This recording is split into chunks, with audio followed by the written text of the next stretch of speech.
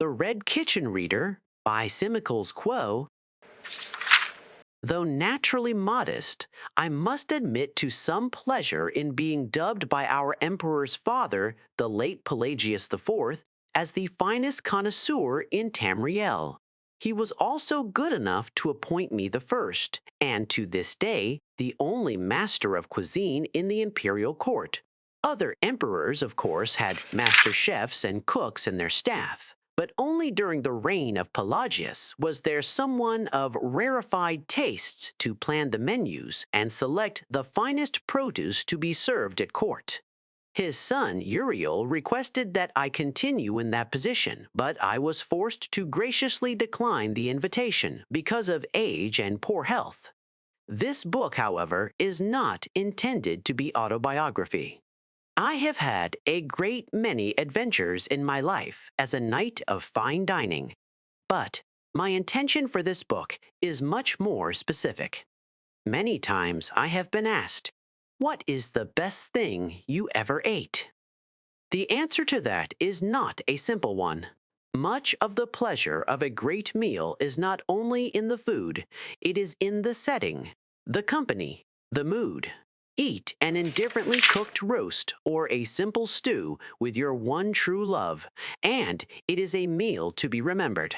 Have an excellent 12-course feast with dull company while feeling slightly ill, and it will be forgotten or remembered only with distaste. Sometimes meals are memorable for the experiences that come before them. Fairly recently, in northern Skyrim, I had a bit of bad luck. I was with a group of fishermen, observing their technique of capturing a very rare, very delicious fish called maringar. The fish is found only far from shore, so it was a week's voyage out beyond civilization. Well, we found our school of maringar, but as the fishermen began spearing them, the blood in the water attracted a family of draw, who capsized the boat and everyone on it. I managed to save myself, but the fishermen and all our supplies were lost. Sailing is not, alas, a skill I have picked up over the years, and it took me 3 weeks, with no provisions, to find my way back to the kingdom of solitude. I had managed to catch enough small fish to eat raw, but I was still delirious from hunger and thirst. The first meal I had on shore, of Nordic roast boar, jaspe wine, and, yes, fillet of maringar, would have been excellent under any circumstances. But because of the threat of starvation I had faced, it was divine beyond words.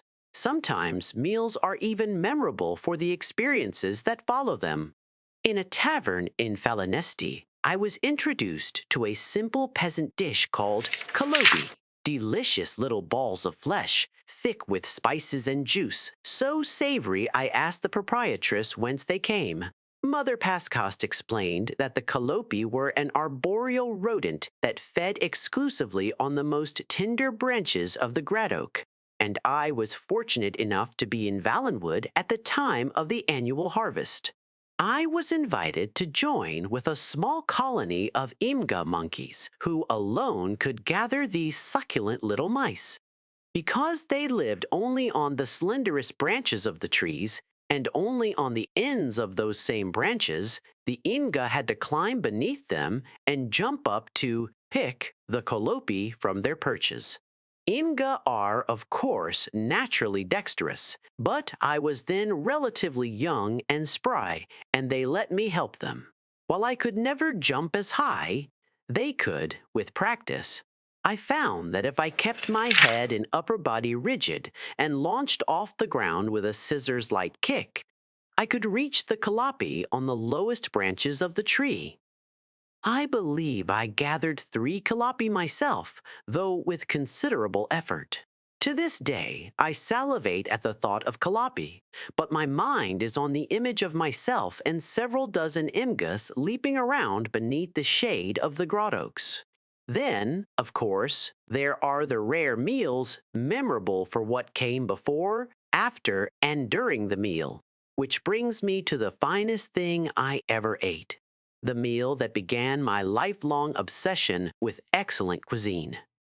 As a child growing up in Chidenhall, I did not care for food at all.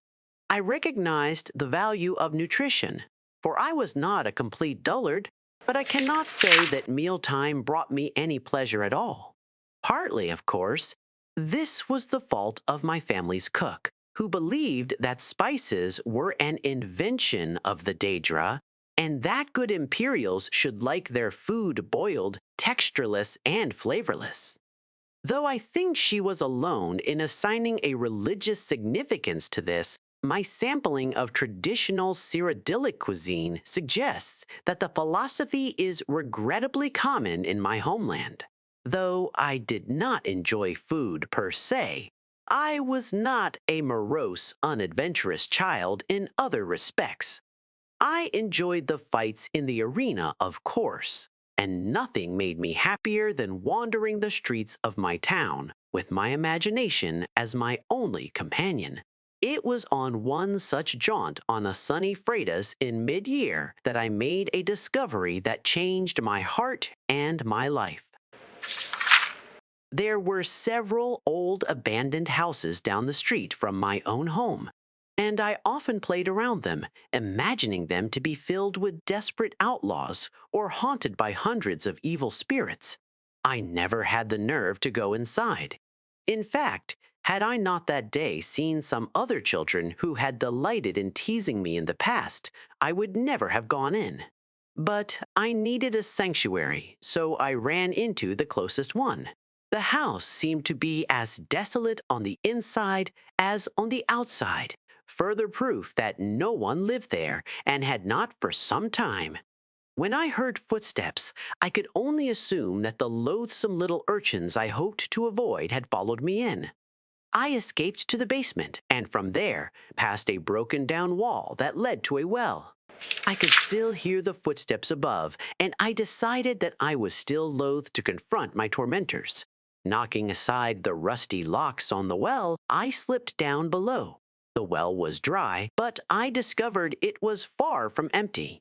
There was a sort of a sub-basement to the house, 3 large rooms that were clean, furnished, and evidently not abandoned at all. My senses told me someone was living in the house, after all, not only my sense of sight, but my sense of smell. For one of the rooms was a large red-painted kitchen, and spread out on the coals of the oven was a roast carved into small morsels. Passing a beautiful and appropriate bas-relief of a mother carving a roast for her grateful children, I beheld the kitchen and the wonders within. Like I said, food had never interested me before, but I was transfixed.